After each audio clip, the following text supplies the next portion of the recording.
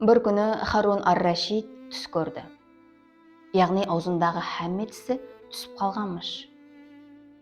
Азанда тұрып, бір түс жорушыны алдына шақырып, түсінің мәнісін білмекші болды. Жорушы айтты: «Ей әмир, сенің һәмме ағайын туысқанларың бөледі. Сен жалғыз қаласаң» депті. Рашид айтты: «Менің бетіме сондай ғам дәртпенен толған сөзді айтасаң ба? Егер менің һәмме ағайынларым өлсе, мен не іс қыламан? Мен қалай күн кешіремен?»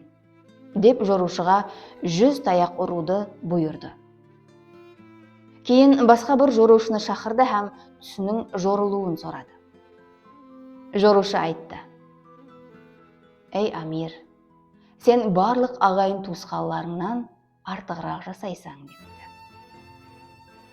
Рашид айтты: «Барша ақылдың жолы біреу, һәм екеуінің жоруы бір жерден шығады.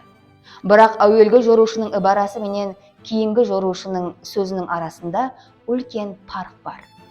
Һәм Харун ар-Рашид кейінгі жорушыға 100 тіллә беруді бұйырыпты».